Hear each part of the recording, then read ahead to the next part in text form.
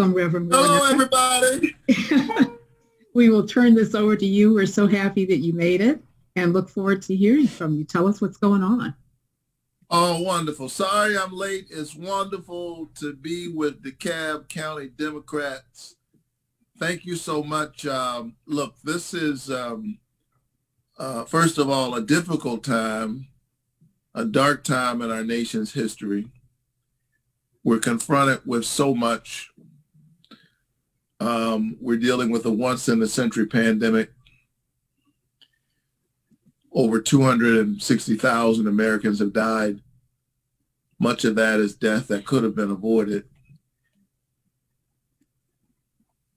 We're dealing with a pandemic that's created an economic turn down that's devastating small businesses. Lots of people have lost their livelihoods. Some are facing evictions and perhaps the ending of the moratorium on student loans because we haven't seen relief coming out of the Congress since March. We haven't seen benefits that are now expired, unemployment, expansion, other benefits. It's a difficult time, and we're seeing this assault on our democratic process nationally and right here in Georgia at the highest levels of our government. But it's also an exciting time because we have something really special that we can do right here in Georgia. The eyes of the nation are literally on us right now. Georgia's on everybody's mind. And I remember when I got in this race back in January, I knew it was important. I was deeply honored that people from all over the state were encouraging me to run. And I felt a deep sense of calling. You know, I'm a preacher, so I don't decide to do these things, without a great deal of prayer and thought. And I feel called to this moment to lead in a different kind of way. And it's special to me because it has enabled me to advocate while campaigning, to talk about the issues that I've been talking about, healthcare, which I believe is a human right, but the inequality and the disparities in healthcare, these issues have been brought into sharp focus because of the pandemic. As we see the disproportionate impact, the ways in which COVID-19 impacts all of us, but some communities disproportionately, communities of color, because they're overrepresented among our frontline workers, overrepresented, underpaid. Workers we call essential workers, but we don't pay them an essential wage.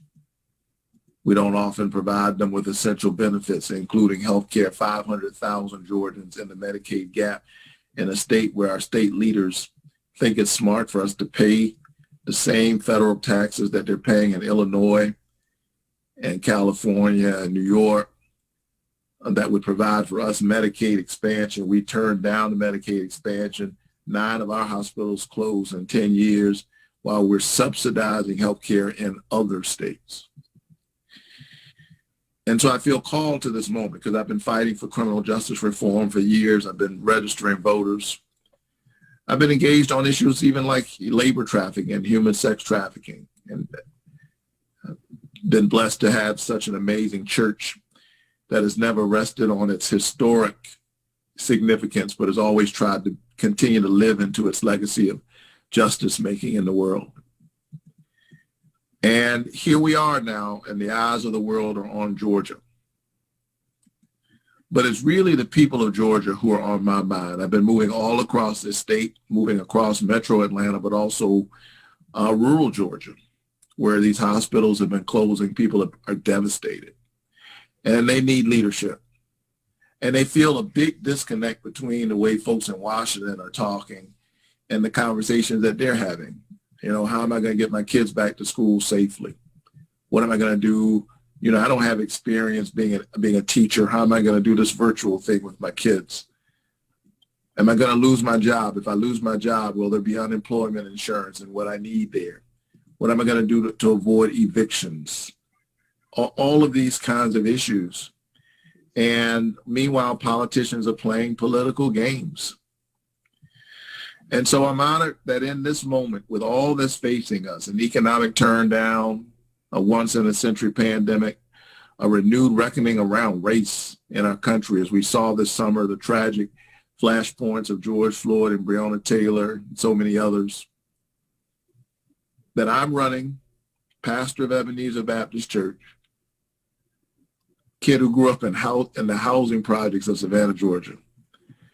And I'm running alongside a young Jewish man, the son of an immigrant, mentored also by John Lewis, young Jewish man, African-American, running for the Senate out of Georgia in this moment, as has been the case so often. As goes the South, so goes the rest of the nation.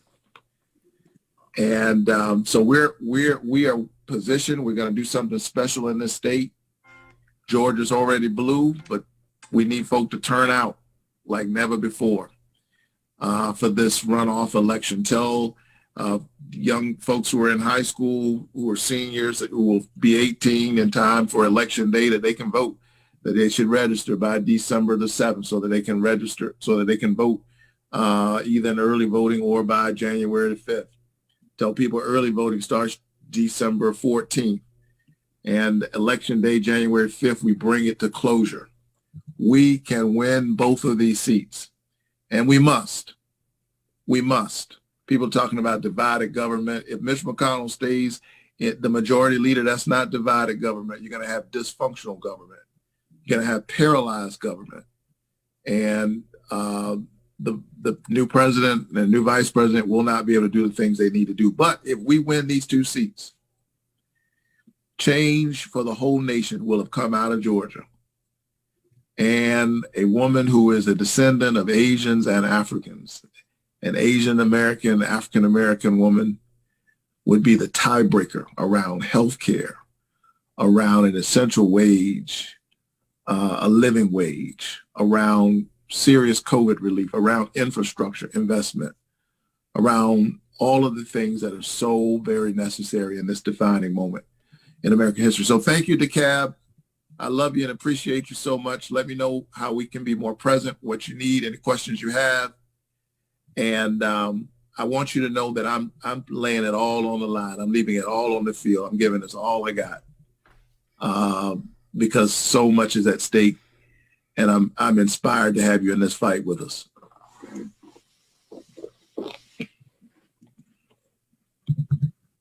Thank you so much. We're so appreciative of you taking some time to be with us this evening.